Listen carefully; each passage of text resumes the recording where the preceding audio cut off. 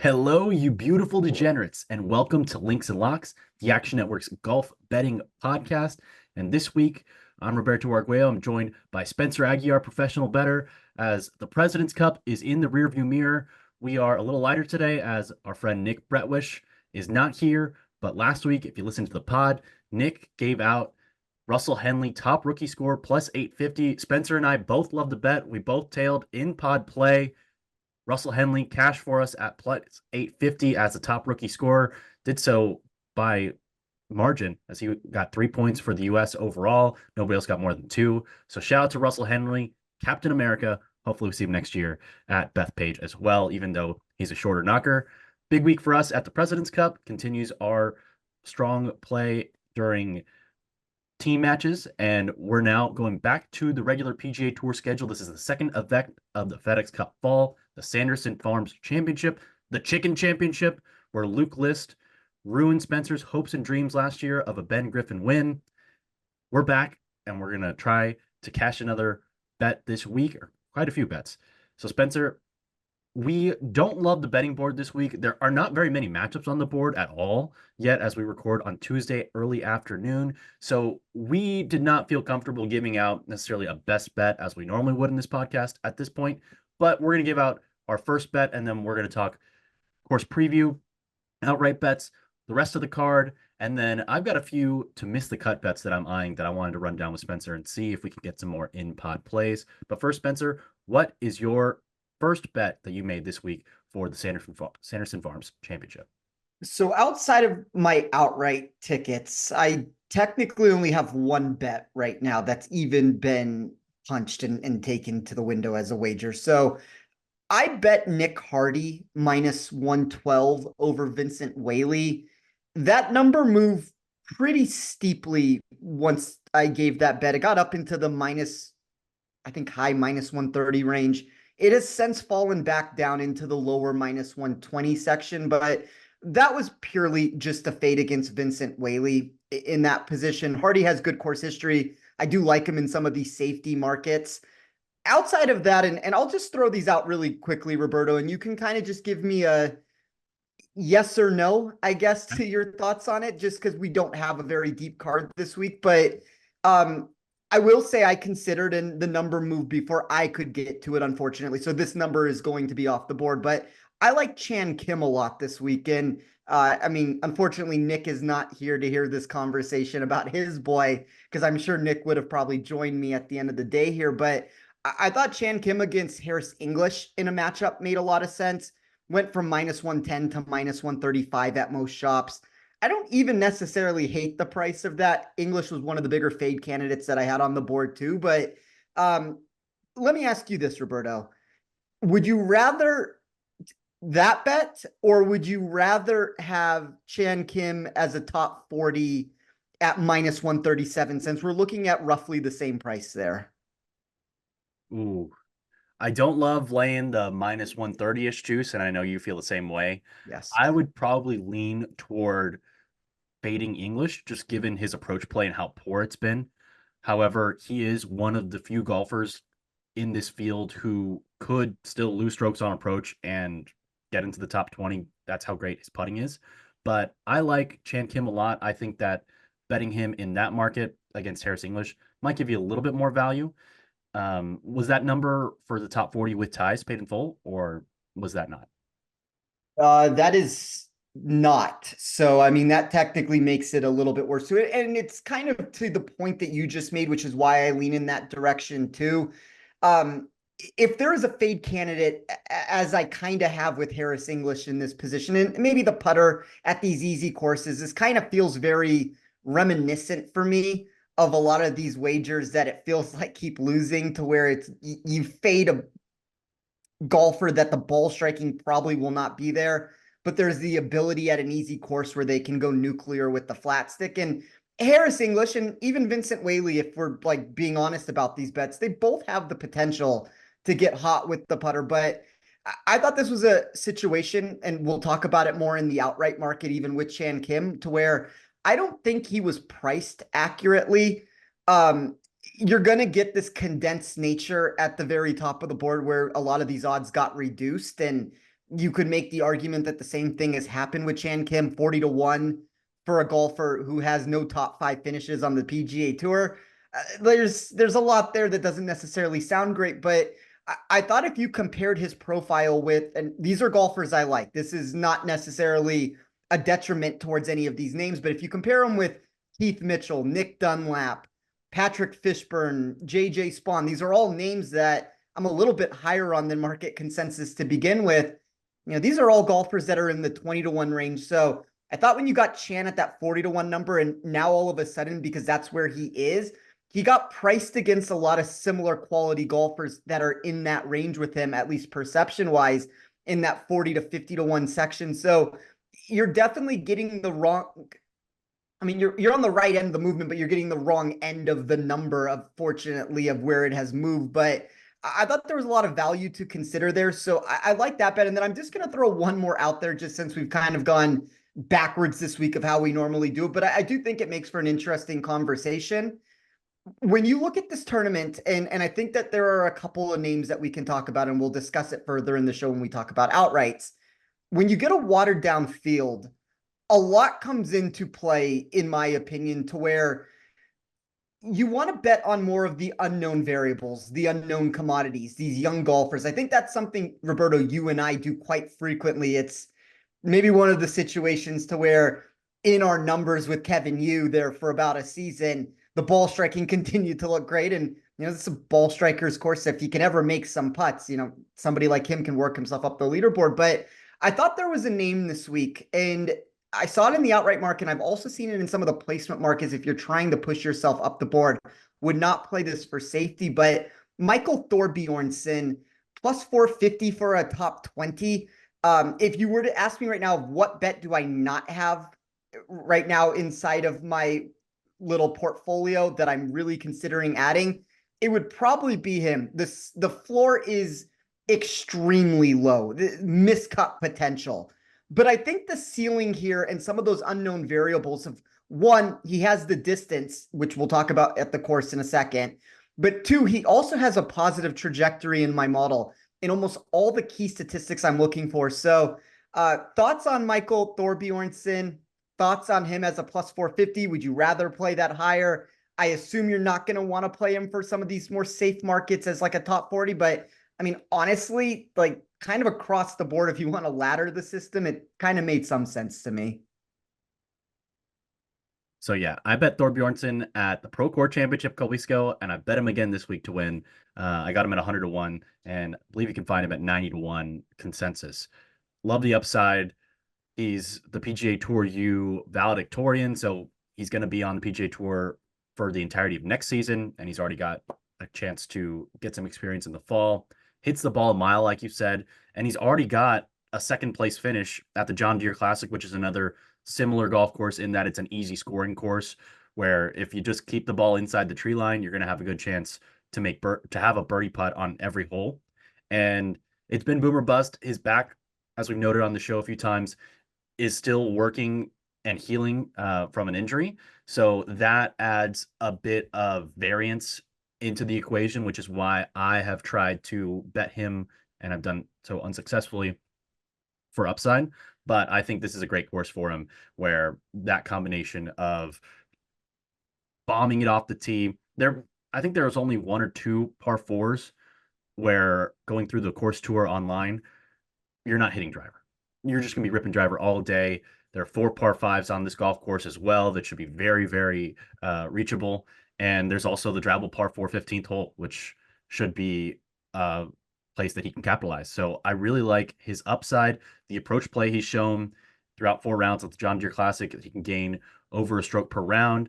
And then even though he missed the cut at the 3M Open, gained the stroke and a half per round in each of those 2 rounds. So love the upside for Michael Thorbjornsen. Love the unknown that you mentioned as well. I think it's a great chance to bet on a guy whose ceiling, looking back in a couple of years, you could say is higher than just about anybody else's in this field. So I'm very bullish on Michael Thorbjornsen, and the fact that he's around triple-digit odds is fantastic. So he's one of my 3 outright bets that I've already punched this week.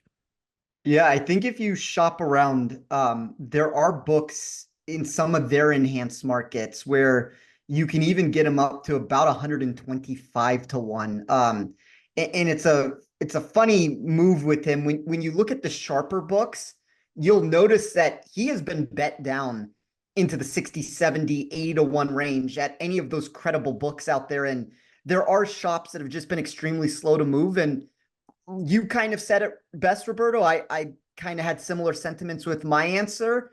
It's this really high ceiling, and it's that unknown variable of a golfer that we could look back. And I think there's a pretty high likelihood chance that we do look back 2 or 3 years from now and we realize that this was one of, if not the best players that was in this field. And at some point, I do think he's going to get a victory. Like we've seen it early in guys' careers, like you don't have to look any further than Nick Dunlap. Like Nick Dunlap is the prime example of this in my mind, to where he comes out, he wins, he then wins again, and he's now at a lot of these shops that I'm talking about that are some of these savvier places, the betting favorite in this tournament. And it's not to say that Thorbjornsen should be favored over Dunlap. That's not the comparison here. But when one golfer's 22 to 1 and the other one, we're talking about 120 something to 1, even if we want to call it 100 to 1 here. I think there's a lot to like. And even if we look at the Procore Championship, that 50th place performance that he put together, if you get rid of his Sunday to where everybody seemed to struggle on Sunday there, it's just he did it at a level that took him from the top 15 outside of the top 40 and into 50th place. I think there's a lot to like about him here. So as I said, I wouldn't necessarily be doing this for safety markets.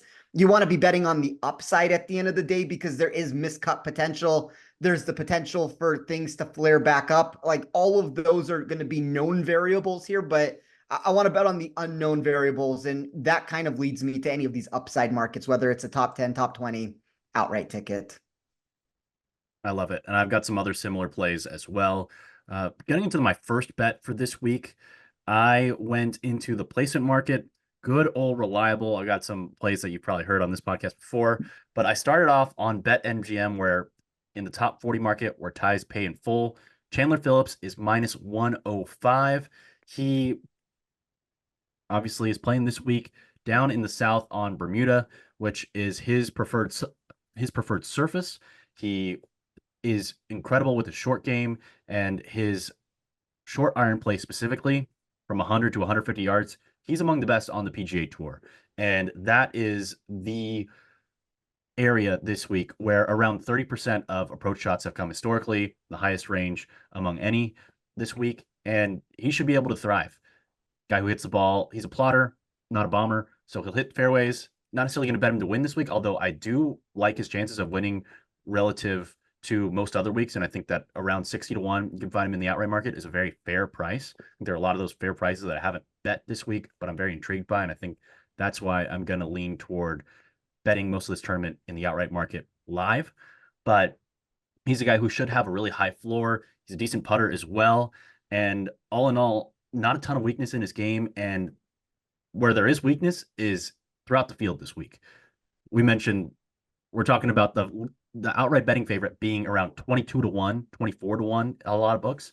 So there's nobody who's significantly better than everybody else who can get through with their B game and take one of those spots in the top 40 away from him. And there are a lot of other golfers who, if you look in DFS, are in the 6,000 range this week who probably don't have any chance of winning this week. So just not a lot of depth in this field and not a lot of top tier talent. I think that makes the top 40 market for somebody like a Chandler Phillips who doesn't have that top gear. I think that's an advantageous opportunity for this week. Yeah, I mean, that's even like the latter part of what you said there was you've never heard me come on a show and give a minus 130 potential recommendation in the top 40 market. It's not usually the route I want to go. And that's kind of one of the reasons why I like Chan Kim myself, is to where you do have a really weak bottom end of the field there. And I agree with you, Roberto, when it comes to Phillips. This is an interesting spot for him where I want to very cautiously give this answer because, upside is a little subjective inside of my model with the way that I run my data. But this was a quote unquote upside caliber golfer who is a legitimate top 20 sort of player to win this golf tournament. And I do think that when you look at him from like an overall rank sense or some of these safety markets, maybe there's a little bit more boom or bust to it. I mean, a lot of that is coming from a 2019 miscut here, which I don't really want to put much weight into. And that's probably something that I should go in myself. And I mean, like, even if I made that, let's just say it put him into like the average part of the field, I mean, all of a sudden he jumps into a top 20 overall player. So it's like a minor little shift like that a lot of times can make a difference. But I think we're talking about a legitimate top 20 golfer here in Phillips, and a name that, as you said, on Bermuda in a field like this does have a higher ceiling potential than you normally would have. That start at Sanderson Farms was his first ever PGA Tour start way back in the day. Yeah, I mean, so even less of a reason to put much weight onto that. Also, the week after he missed the cut at Sanderson Farms in 2019, he played in the Houston Open, and the man who is his current caddy, Braden Bailey, beat him in that tournament. We're not going to be using Braden Bailey's stats from that week either this week. But Spencer, let's jump into how you broke down the Country Club of Jackson this week in your model. So I think it's an extremely straightforward course. Like, many times you hear that answer of it being straightforward or simple to go about. And I think you think it's going to be easy in its construction. But one of the reasons why, at least personally, I won't speak for you here, Roberto. I'll let you touch on some of your reasons of it. But I've always found events like this to be challenging to model. And when events are challenging to model, a lot of times I want less exposure. And that's kind of why we've gone in this roundabout way to start this show. Look at Sam Burns when he won this tournament in 2021. He does pretty much the brunt of his work with his driver and irons. He lost heavily with his putter, gained over 3.5 strokes per round with the ball striking. Flip that answer to last year with Luke List. He's neutral with his irons. He goes crazy with his short game, gains nearly 2.5 strokes per round in that area. I know, like, forget List, whether he is a good putter. At that time, he all of a sudden became a good putter, and now all of a sudden he's regressed back to what his baseline probably is after like 3 months there in the fall, to where, if you remember on this show, and I mean, this was one of the prime examples where I kind of got caught in the wrong direction on it. I faded List over and over and over again, waiting for the regression with the flat stick, and it just never came. And I eventually got the regression. Unfortunately, though, like, the second that it occurred, you have now seen books just push these prices way out. Like, in head-to-head markets, every single person I've seen is about minus 150 against him there. But the answer to all of that ends up putting this really convoluted process, because there are multiple avenues to where you can find success, in my opinion, to get a high-end answer. Like, I thought there were 4 of them, and we'll run through them very quickly. But the first one being, can you take advantage of this generous layout off the tee? You're going to see that players only hit 53% of fairways. However, when you actually dive into that number, the missed fairway penalty is virtually non-existent because of the lack of hazards out here. 2, can you gain with your irons? You talked about this a second ago, Roberto. That's going to specifically come with your short iron variety. Players do see a decrease compared to expectation from each 25-yard bucket this week, but that bars 2 exceptions here, from 100 to 125 and 125 to 150. You get nearly a 36% ask from that range. That's almost 7% higher than average. So how can you gain off the tee? How can you gain with the irons? And then it pushes us to the last 2 factors here.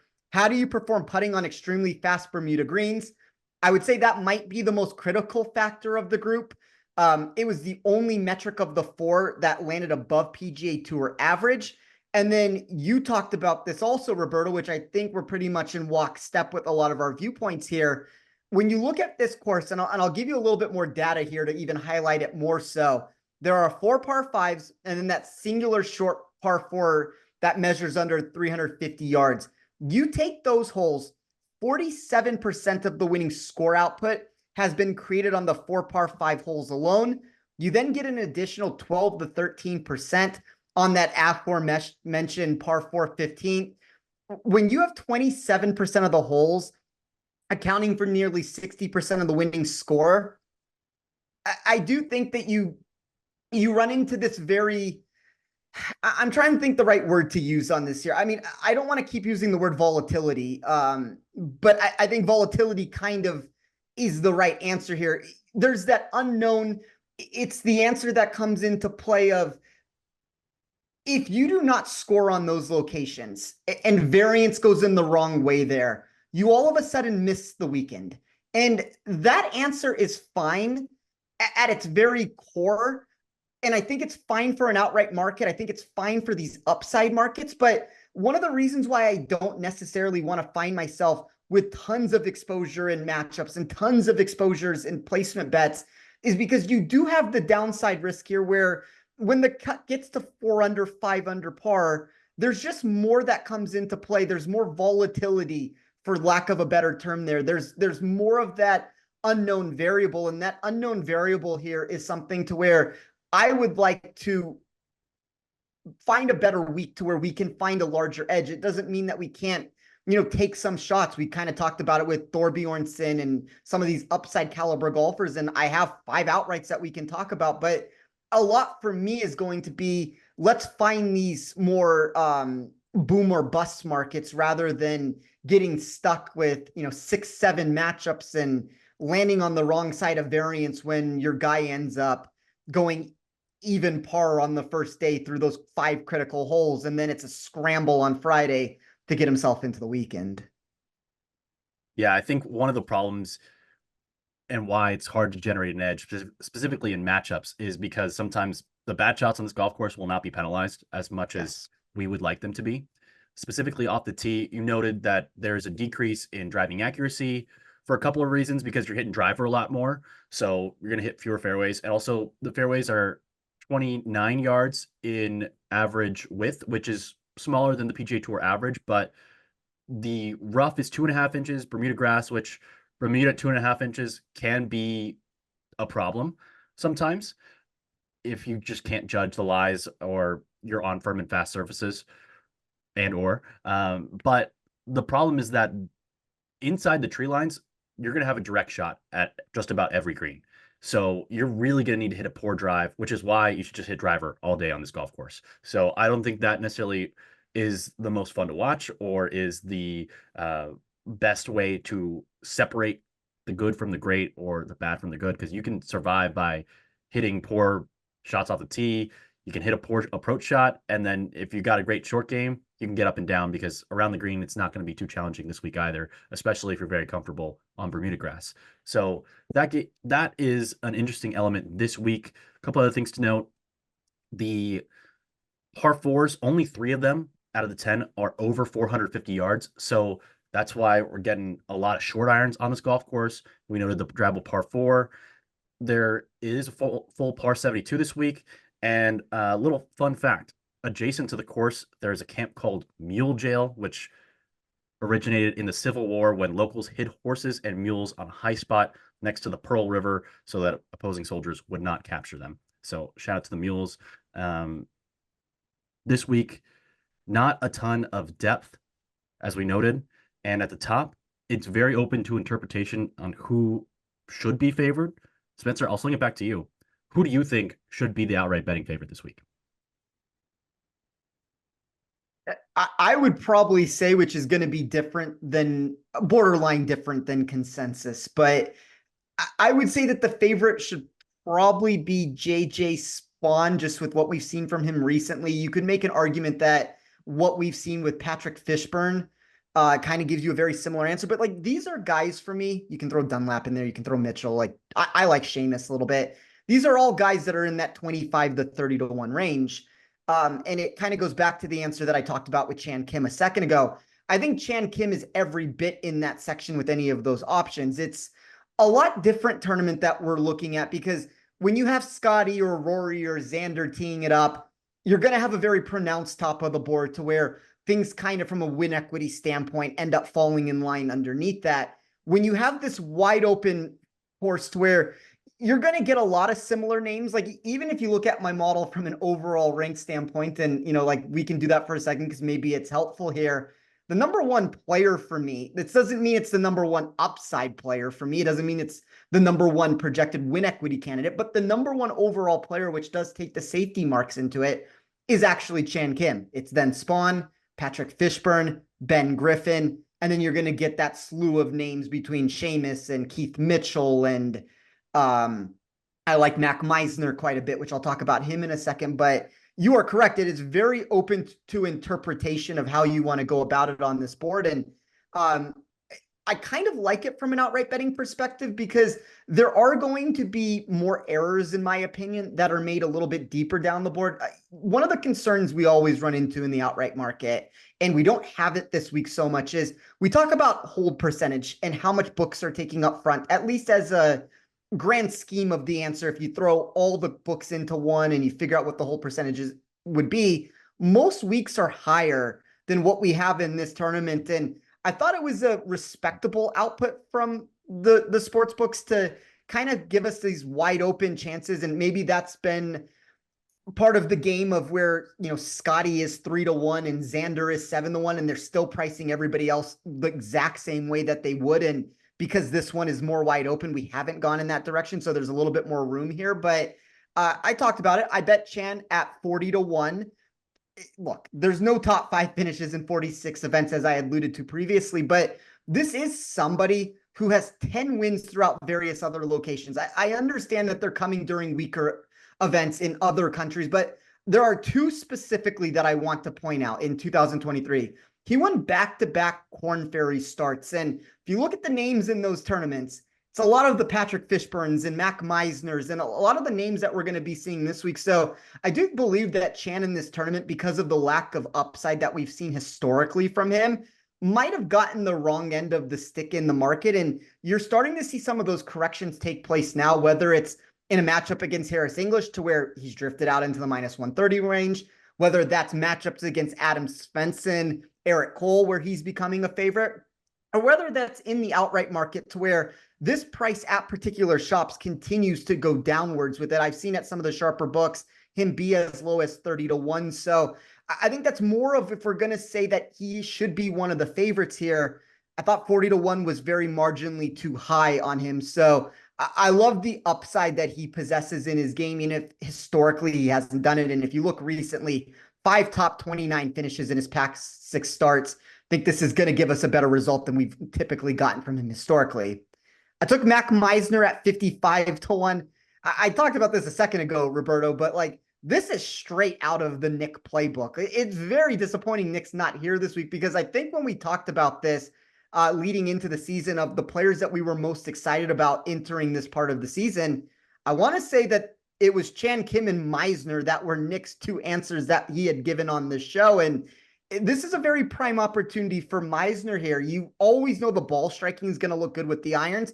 You get that again with the top 2 projected grade and weighted proximity.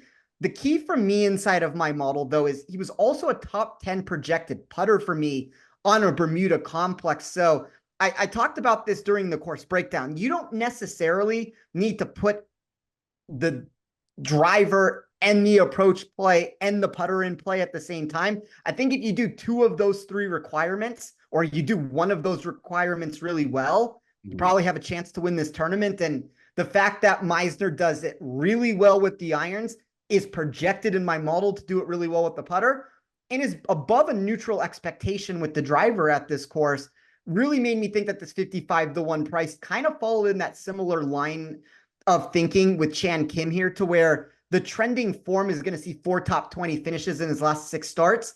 And for whatever reason, I don't believe the market has necessarily caught up to what we've gotten from them over this course of time. So these are weaker fields, the potential for them to really have that coming out party. I took Andrew Novak at 60-1. Was not expecting my model to like Novak as much as it did.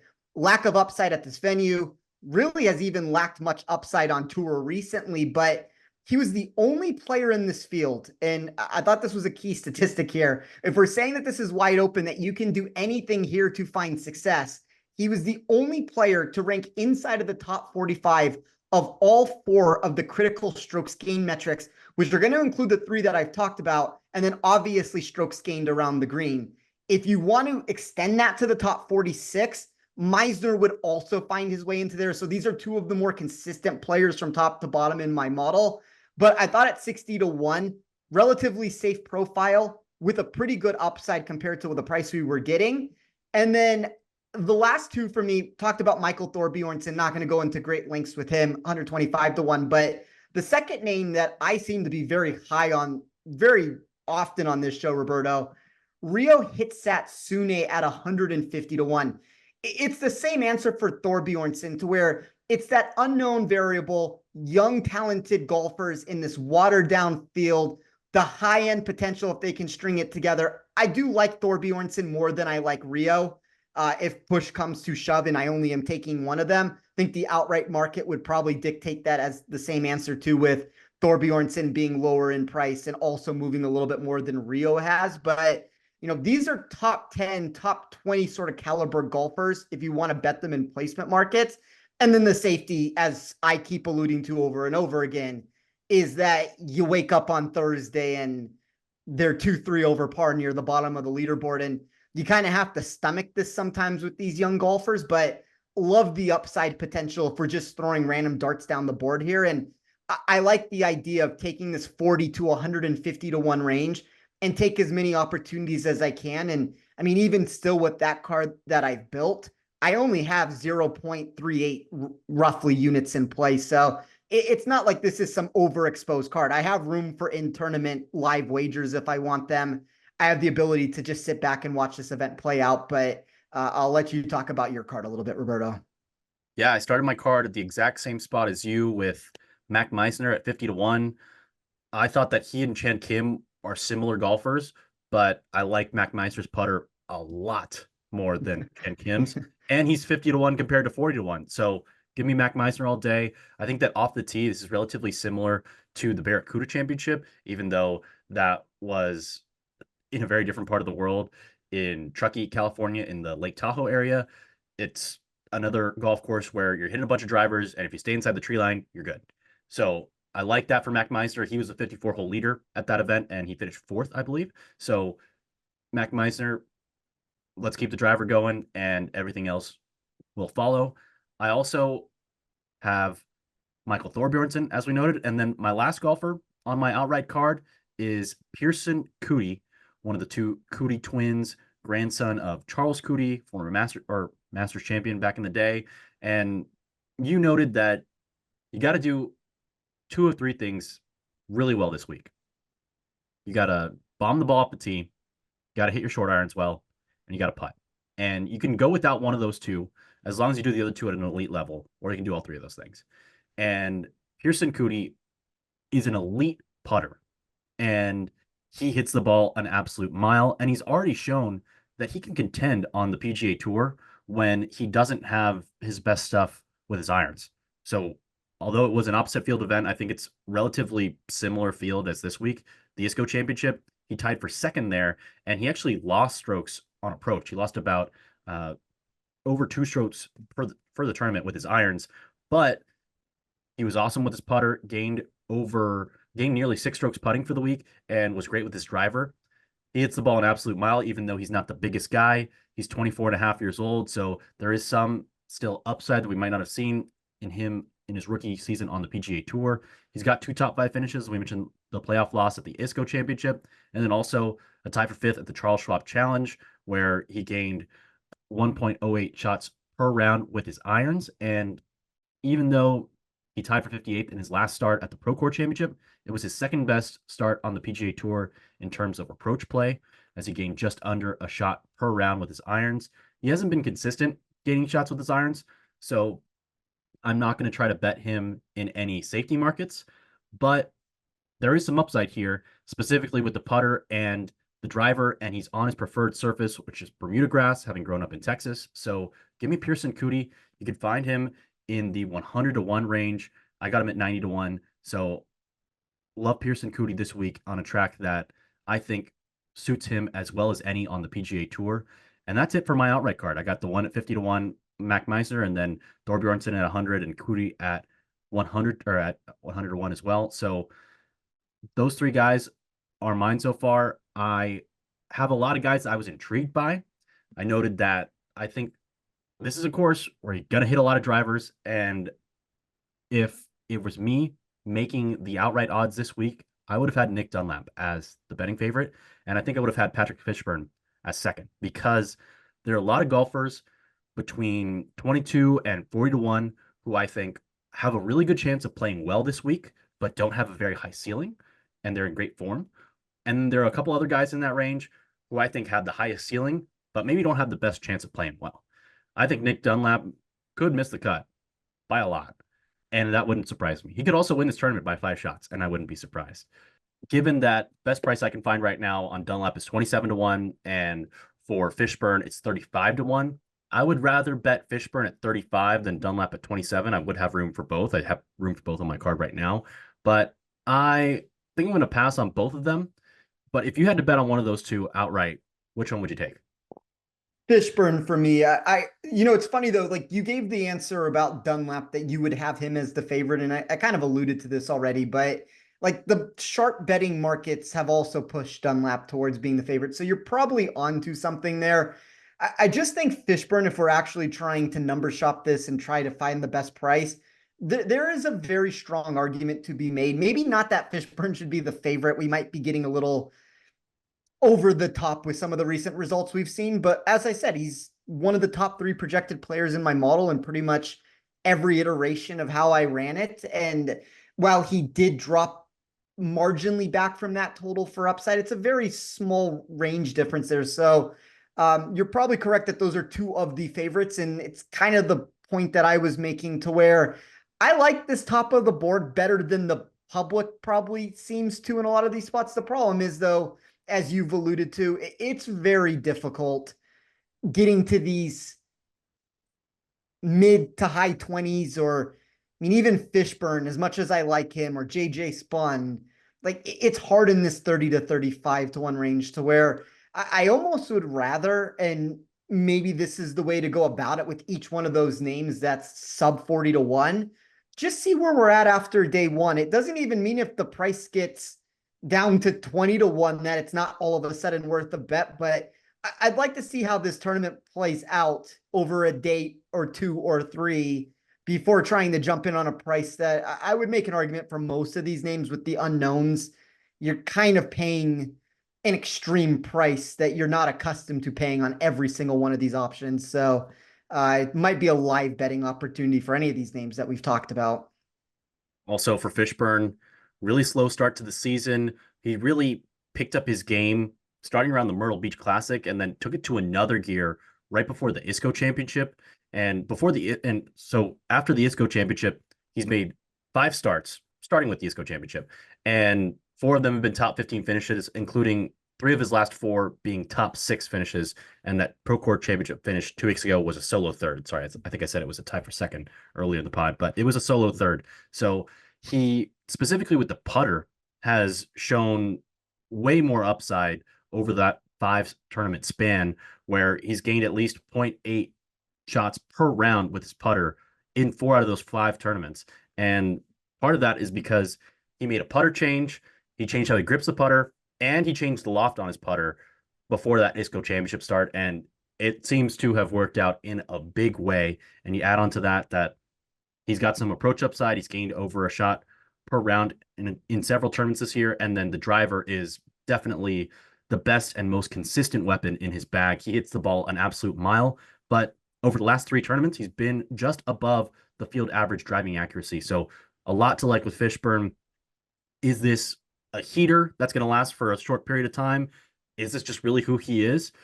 It's going to be entertaining to find out over the next 2 weeks. And also, by the way, next week, the Black Desert Championship is going to be in southwestern Utah. He grew up in Utah, and it'll be interesting to see him kind of on some relatively home soil next week as well, where I'm sure if he plays well this week, he might actually be the betting favorite, depending on who plays. I don't know if Tony Finau's going to play and if we're going to have to deal with that next week, but we'll save that for another time. Spencer, I had a few bets that I have placed and then a couple others that I wanted to get your thoughts on. I'm playing all these small. I'm not betting more than a half unit on any of them, and I'm betting closer to a quarter unit on the to miss the cut bets, or at least I'm thinking about playing it that way.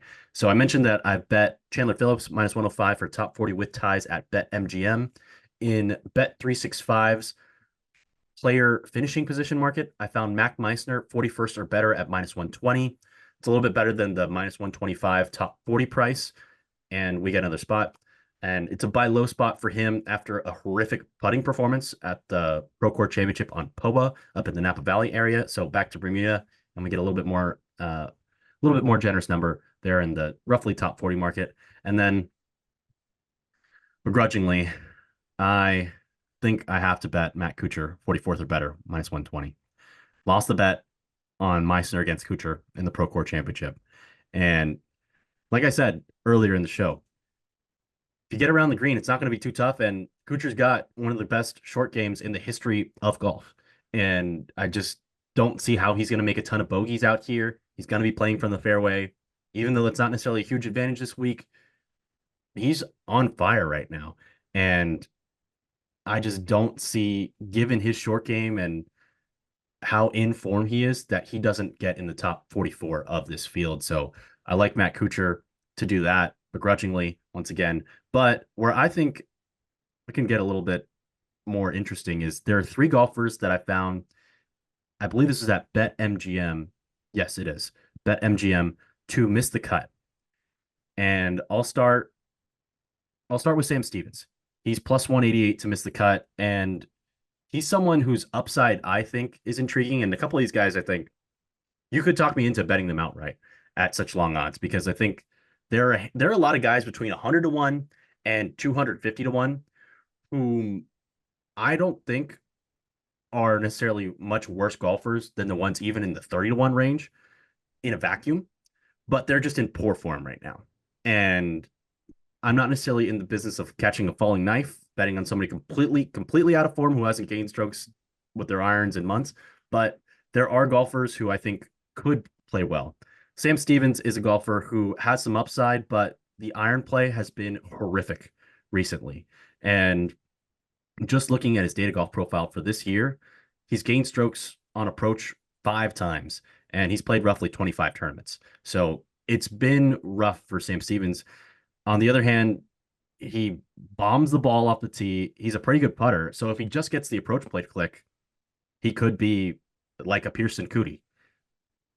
Although he's not as elite with the putter, I think there's a reason to like him in an upside. But also, I think he's a volatile golfer and because of that iron play. So plus 188 to miss the cut. I'm intrigued there. Charlie Hoffman plus 188 intrigued me as well to miss the cut because he's got a back injury. Maybe it's because he's just old at 47 years, 9 months. And he almost won earlier this year at the WM Phoenix Open. And he's had other tournaments where he plays really well the first day. And then the back doesn't hold up. And then he's DFL because he makes the weekend and then he just can't hang on. I don't know that I want to play him to miss the cut, but I think there's some way to find downside on Charlie Hoffman. Maybe it's wait for a round 3 matchup or round 4 matchup. But I was intrigued by that. I feel like this number was just a little bit too generous. So I was intrigued by that one. And then the one that I think is the most intriguing is the one where the golfer we'd be taking on has some great course history. This is Cameron Champ, who this season has been the worst of his career statistically. And it's because of his approach play, which has fallen off. And he's played 18 tournaments with data so far this season. He's lost strokes on approach in 16 of them. He's played 20 times on the PGA Tour this season, and he has 14 missed cuts. So that's 70% of the time he's played this year, he's missed the cut. But he's played at the Sanderson Farms Championship 3 times in his career, including last year when he tied for 9th, in 2019 when he won, and then in 2020, or actually the 2020 season, which was technically September 2019, he tied for 28th. So no finishes outside of the top 30 for him here. And given his statistical profile, where over his career he's always been awesome off the tee, this year he's actually been the best putting of his career by a mile. And however, like we said a moment ago, the approach play is also by far the worst of his career. If this wasn't a course where he'd won and he's shown that he loves it, I would be all over this. But the course history has me a little hesitant. I still think this is my favorite of the 3 bets to miss the cut, but I want to get your thoughts on them. I would agree with you. Of the three options, it would probably be my preferred one too. Like technically all three of these names, with Hoffman being a little bit higher in my model than the other two, all three of these are, I mean, we'll look at, I guess, Stevens and Champ here. They're fringe cut makers near the bottom there of like borderline top 50 players that are kind of moving in the wrong direction. A lot of iterations of my market or of my model. If you look at Champ specifically, he gets saved because of the course history. The statistical data is very off for him. And that's probably the reason why I like him the most to miss. Stevens has a better statistical profile, maybe a little bit more boom or bust nature with some of like the course history marks from it. But Champ is, I guess, my biggest concern, and we'll just talk about Champ here for 1 second, and whether he misses or doesn't miss. I mean, I think it all still kind of falls in line here, but I think the thing that you said earlier on in the show is my one concern about any of these bets, to where I could see one, Champ has the distance prerequisite right off the very start, where nobody's going to be longer in this field than him. The iron play is an unmitigated disaster. Like there's really no way around it. He's outside of the top 100 in every single metric of how I ran my model. He's also outside of the top 100 and gets worse when you look specifically in that short iron proximity range.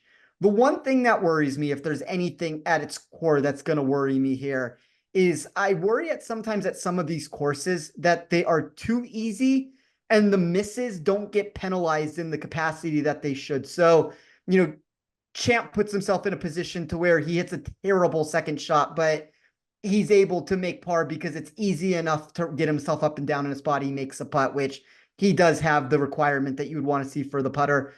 I would say that he is odds wise, you got the correct price there at the number that we're talking about. I do think he's better than 50% to make it. So it just comes down to exactly, do you want a little bit of value there, what you want to play this into? But I kind of have fallen victim in a lot of spots, even just for head-to-head bets recently. I've seen it happen over and over again, to where there have been situations of golfers that, from a statistical standpoint, are terrible fits for the course. They have a built-in course history profile, which this is not a venue that necessarily has rollover predictability like some of them. So maybe this is not the best argument to be made here, but golfers that have had this built-in course profile who have played horrible. There was a handful of events ago. I'd have to go back and look to see which one it was. Taylor Moore, to where my model hated Moore's approach numbers, and Moore through a handful of rounds there was dead last in the field pretty much in strokes gain approach. And he was inside the top 10 of the leaderboard because everything else was going right in all the volatile markets that, you can't really control at the end of the day. That would be my only concern here with Champ, is that you look on Friday and he finds himself in 21st place and he has lost 3.5 strokes with his approach game. And you're like, you have to be kidding me. Like, how did I end up losing this wager here? But I mean, that's the kind of the route where the bet ends up losing, in my opinion, because from a statistical profile, there's a lot of negative marks. For me, from a statistical standpoint, he's 77th overall. We keep talking about this not necessarily being the strongest field. Technically, that's outside of the range of the players that are more or less going to make the cut. There will be some ties that might move it in there, but even still, you're technically looking on the wrong end of made cut potential just from a statistical standpoint. His short game also is poor. So that's where I kind of feel the opposite way. He's the opposite golfer of Matt Kuchar. I mean, yeah, I mean, I guess my concern would be just that the distance is so good to where, and the putter specifically for me, when I look in my model, he's the 23rd projected putter at this course.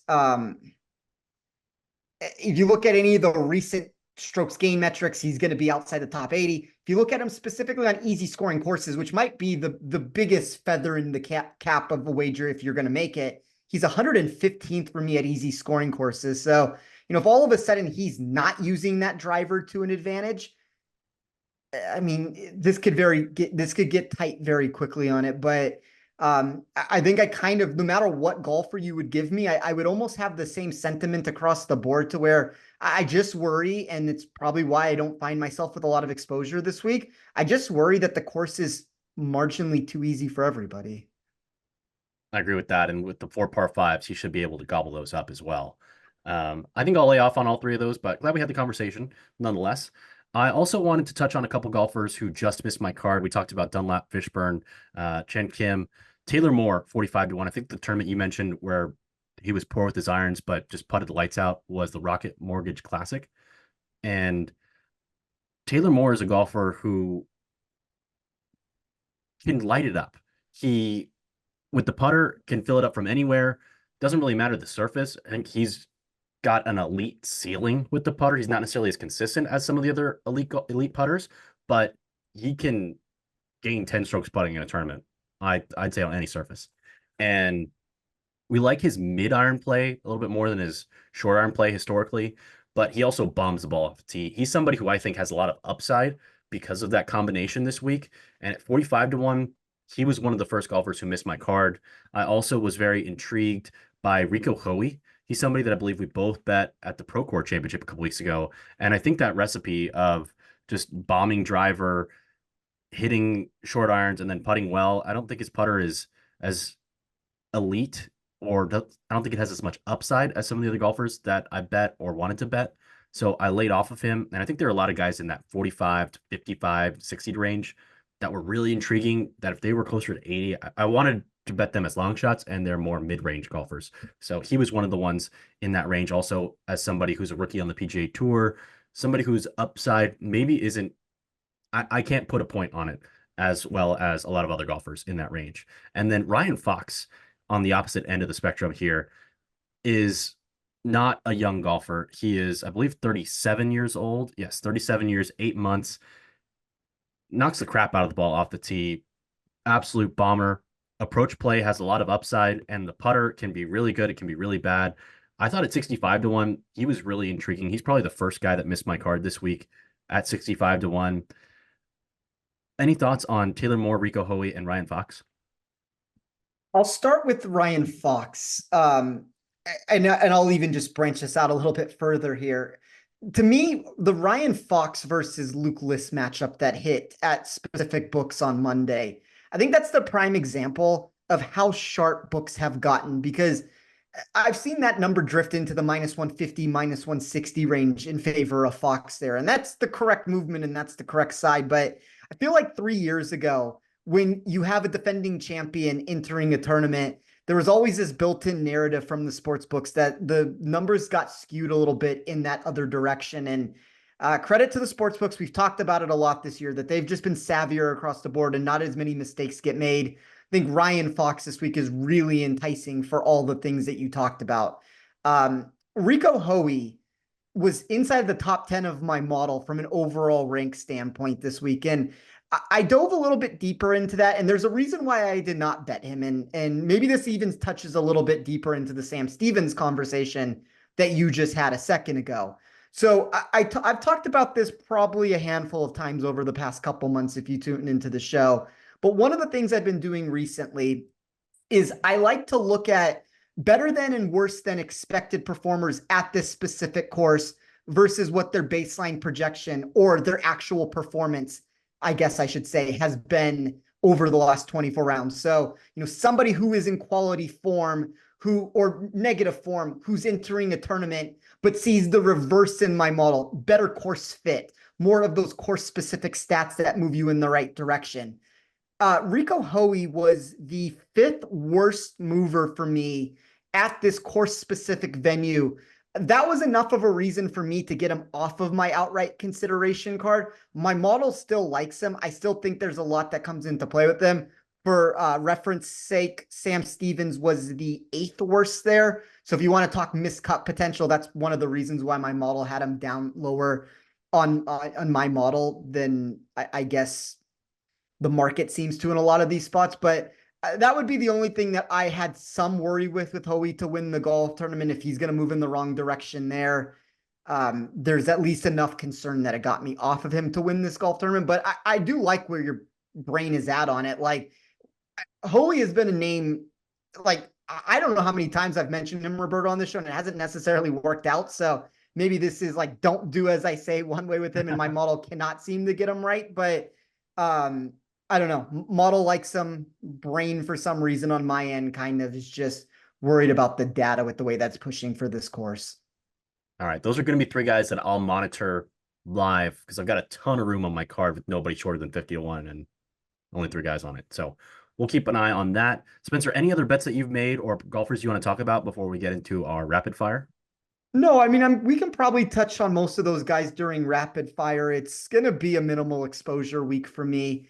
I would like to potentially jump into this from live betting, as we've talked about, whether that's from a Dunlap or a Patrick Fishburne, JJ Spawn. Probably for me would be the two guys that I really would like to see where their prices are Thursday or Friday night. But outside of that, I run it every single year. I keep track of where I land in different tournaments and different results. And this has been on the bottom end of the scale for me of events. And I think when we talk about it, like there is a real statistical lack of retrieval that we have a problem with here. And, if the results have not formed for me in the way that I want at this course, and we also have this wonky return where anybody can find success, I'm just going to keep this as minimal as possible. And we'll just, try to pick and choose our spots from there.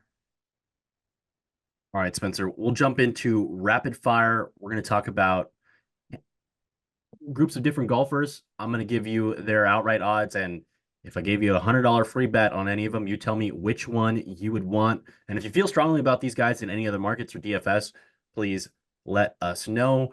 As we stated earlier, we're recording this on Tuesday, October 1st in the early afternoon. So not as many markets up as we'd like to see. So we're just going to try to brain dump and give you as much information on these guys so that when you're listening to this on Wednesday, you can use that knowledge to your advantage and hopefully make some winning bets. So let's get started using the odds from Bet365. Keith Mitchell is 24 to 1. So is Seamus Power. And Mackenzie Hughes is 27 to 1. Among those three golfers, Spencer, which one would you like an outright ticket on most? Well, I feel like I almost have to say Keith Mitchell. I feel like I do it most weeks more often than not. I hate his course history here. Three straight miscuts. He is the best upside target on my model, and that is almost an every week answer to be given. I think the surface with the putter could technically help him here a little bit more. So I like Seamus a bit too. Like I was trying to find a reason to get onto Seamus, and I kind of just kept talking myself out of it for one reason or another. But I would say it's 1A, 1B with Mitchell and Seamus. And then for whatever reason, I know he is a former winner here. I'm a little bit lower on actual win equity with Mackenzie Hughes. I'd definitely go with Keith Mitchell among those guys, but I feel more confident the other two playing well. Take That's that fair. for what you will. Nick Dunlap's 27 to 1. We'll skip over him. Maverick McNeely is 30 to 1. A couple weeks ago at the Pro Court Championship, he was the third favorite behind Wyndham Clark and Sahith Theegala. I told you he wasn't going to win the tournament. I think he finished like 150th.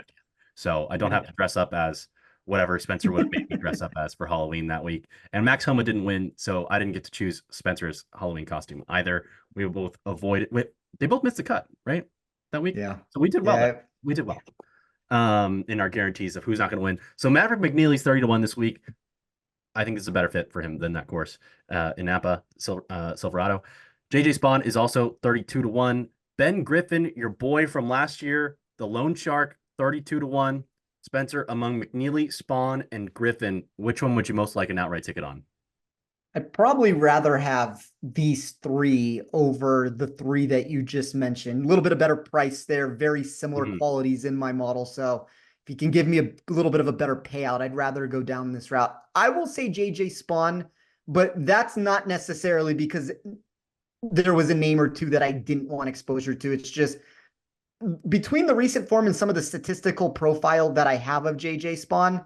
And I know if you look at the last tournament, which was an event that I backed him at the Pro Court Championship, 26 didn't necessarily win me any money there, but I still think that he is trending in the right direction here. It's kind of talked about it entering the Pro Court Championship that my biggest concern for him was that he had this layoff entering that weekend. He went cold at the wrong time during that event. And, I do think that this is a nice course fit for him this go around. Moving along, we discussed Fishburne at 35 to 1, so we're going to skip over him. Johnny Vegas is 35 to 1. Patrick Rogers is 35 to 1. And your boy, Steven Yeager, is also 35 to 1, Spencer. Among those three, Vegas, Rogers, and Yeager, which one would you like to take a shot on most? Probably back to the original answer, or even the last answer I gave, to where I still think that that group of Spawn Griffin is better than what we're going to get here, to where I would rather get into that section. I'll take Patrick Rogers. I don't say that convincingly. Um, Jaeger, for some reason, inside my model, and I've seen it recently from him, he is not grading at the same capacity that I had him at 6 months ago. He has been a very consistent name outside of the top 30. This is one of the better retrievals that my model had from him, 38th overall, but negative marks for upside. I don't know what has happened from the statistical profile in my sheet, because it's a week in, week out thing of we're just not checking the boxes anymore. And he just might be on the wrong end of, for whatever reason, with his game right now. Wanted to note that Jaeger is one of the few golfers who's in the top 50 of the FedEx Cup standings, which is set in stone, by the way. So he gets nothing by playing well in this event in that respect, as far as setting himself up to play in certain events next year. And he's also already won on the PGA Tour this year, so he's got status locked up for a couple seasons. It's an interesting spot, or I would think that he likes the course. He's played here 7 times already in his career, and that's 7 of the last 8 years. Not sure if this event was held in the calendar year of 2020, so he might have played in every single one of those events. No finish better than a tie for 14th, 2 missed cuts. I think that this is a spot where there's probably some sponsors involved. Maybe he loves the course. I think it's an interesting spot for Jaeger. He also, after he won the tournament, the Texas Children's Houston Open earlier this year, the first time on the PGA Tour, putter went horrifically cold. Next dozen tournaments, lost strokes putting 11 times. But the last 2 starts, which were in August, by the way, 2 months ago, at the FedEx St. Jude Championship and the BMW Championship, gained strokes putting each time. So interesting there. Putter shown signs of life recently, even though it's not that recent. We know that he has a ton of upside. This, I would think, is a course that fits him because he can just bomb driver everywhere, just like the Houston Open was at Memorial Park in Houston. So interesting spot for Jaeger. I thought this was a really sharp price on him at 35 to 1, but I can't necessarily justify betting it myself. Just thought it was interesting. Moving along, Chan Kim's 37 to 1. We discussed him, so we'll move on. Eric Cole is 37 to 1. Adam Svensson is 37 to 1. And then we'll jump to Harris English, who's also 50 to 1. I know you don't like Harris English, so between Eric Cole and Adam Svensson, which one would you like in the outright market the most? I'll take Eric Cole by more or less default there. He is a top 12 projected player in my model, so I don't want to make that sound worse than what it is, but I have no interest in betting Harris English this week. Svensson is borderline one way or another for me. Don't have a massive take. I would rather, we've talked about this a lot, Roberto, where when you have generous courses off the tee, and even if there's a small percentage of fairways hit here, I would say this is a generous course off the tee, about as generous as you can get. I think Cole at generous courses off the tee, it does mitigate some of the concerns that he has with his lack of distance and his lack of accuracy. And it does start to propel some of those iron proximity numbers and the ability to make putts. So, like, if he is going to get across the finish line, it would be in this sort of a tournament with this sort of a field. Didn't get there in the outright market, but he's kind of right in that range of names that are very deserving to be what the price that they are this week. I completely agree with that. I'm not somebody who likes to bet on Eric Cole because I don't think his upside's that high, but I don't think you need your upside to be that high to win this week. You could win by gaining fewer than 3 shots per round on the field. And that's happened in the past. Moving on, Sam Stevens is 50 to 1. We discussed him. Matt McCarty off the Korn Ferry Tour is 50 to 1. Interesting, he's not playing in the Korn Ferry Tour finals. He might have already locked up the number 1 spot there. Number 1 spot gets you into the players and a handful of other starts, so that's important. But he's here this week. Shout out to the guys covering the Korn Ferry Tour, Emilio Miliaccio, Shane Bacon, and James Nitty's doing a great job. Can't wait to watch that this weekend. But Matt McCarty, who's been on a heater, the lefty, is 50 to 1. Cameron Champ is 50 to 1 as well. Matt Kuchar's 55 to 1. And then a couple of Longhorns, Bo Hostler and Doug Gim, are 55 to 1. So Spencer, among Stevens, McCarty, Champ, Kuchar, Hostler, and Gim, all between 50 and 55 to 1. Which one would you like an outright ticket on the most? Markets really like McCarty. I've noticed that with him being a favorite in really credible matchups against opponents that you wouldn't necessarily expect him to be. I will go with either Doug Gim or Bo Hostler. It feels like Doug Gim is almost that every week answer for me, that my model loves the output that it gets. And it's really interesting because I have made a concerted effort the last handful of months, I would say, to actually add more putting to the mix. Like I'm trying to build a model that's counter against what Doug Gim provides. And from a statistical perspective, he continues to check the boxes. So something has to give here, in my opinion. He's either going to spike at some point and either top 2, 3 an event or win it, or we're going to have to see some regression at some point from a statistical perspective because it is there have been very few players that have given me the output that he does and just not really generate anything of note across the board to where, I mean, like he's like competing to actually win an event. So I'll say Doug Gim just because I think from a statistical perspective, there's enough there to like. Hostler kind of has that positive trajectory too, but I've been burned so many times with Gim here that like, I mean, this is more of just, I trust the numbers in my model. Maybe don't listen to what I have to say with Doug Gim. Well, hey, look at the calendar. It's October 1st. Spooky season is coming. Maybe the Gim Reaper can bring one home. Matt McCarty, by the way, in his last 9 starts on the Corn Ferry Tour, T5, win, T26, T2, win, T9, win, T35, T5 last week. So dude has been playing some incredible golf, and we don't necessarily know how he's done it because we don't have individual data as far as strokes gained and putting around the green, approach off the tee, etc. But he does look like more of a plotter. He's not a huge dude, but he's got some big time game. Going to be exciting to watch him on the PGA Tour next year, as he's one of, I believe, 17 golfers on the Corn Ferry Tour who have locked up their spots. Another 13 will be decided this weekend. So be sure to tune in to the Corn Ferry Tour finals on the Golf Channel. Moving along, Spencer, I'll close you out with this one. Last group of golfers. CT Pan is 55-1. Emiliano Grillo is 55-1. Mark Hubbard is 55-1. Nice to see he didn't have to Monday qualify because he signed up on time this week. Charlie Hoffman's 55-1.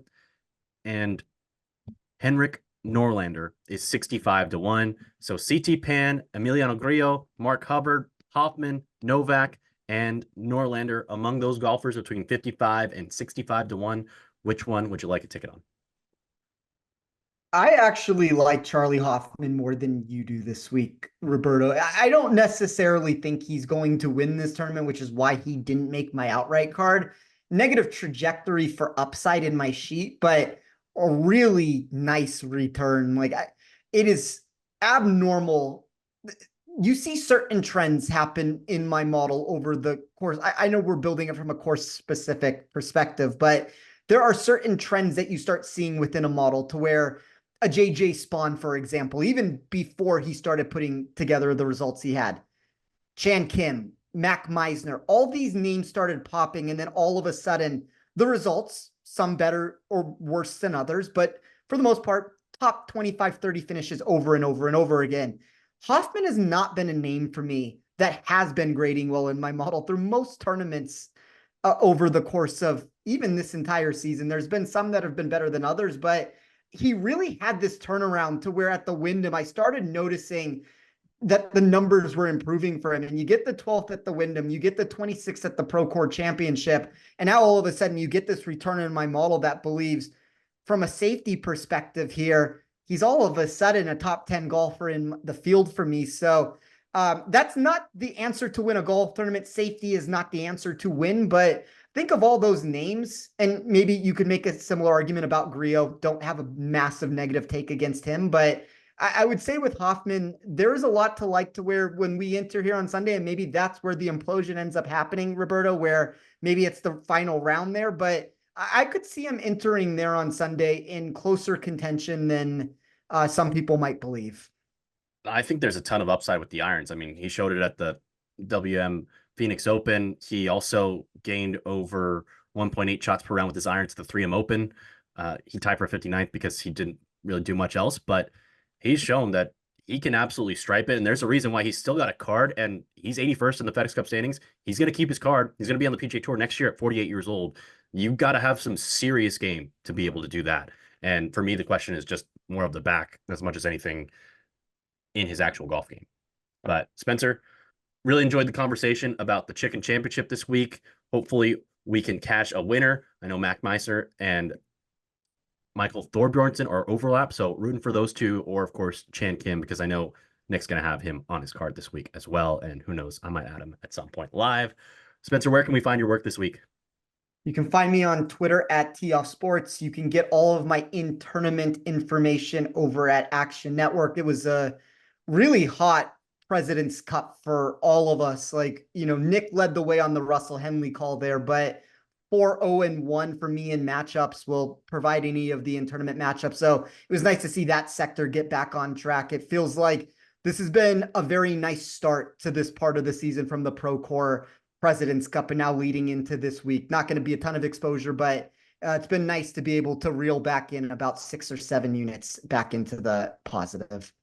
Love it. And especially after we saw Wednesday afternoon, Scotty Scheffler's paired with Russell Henley. So I added a little bit more to that bet after that. So it was very profitable President's Cup for us. Also, shout out to Nick. You can find him on the First and Sticks podcast breaking down the NFL. And also you can find him on Twitter or X at SticksPicks. That's Sticks with an X. Big thanks to Spencer for tuning in or for hopping on the show this week. As always enjoy the conversation, chance to learn more, pick your brain.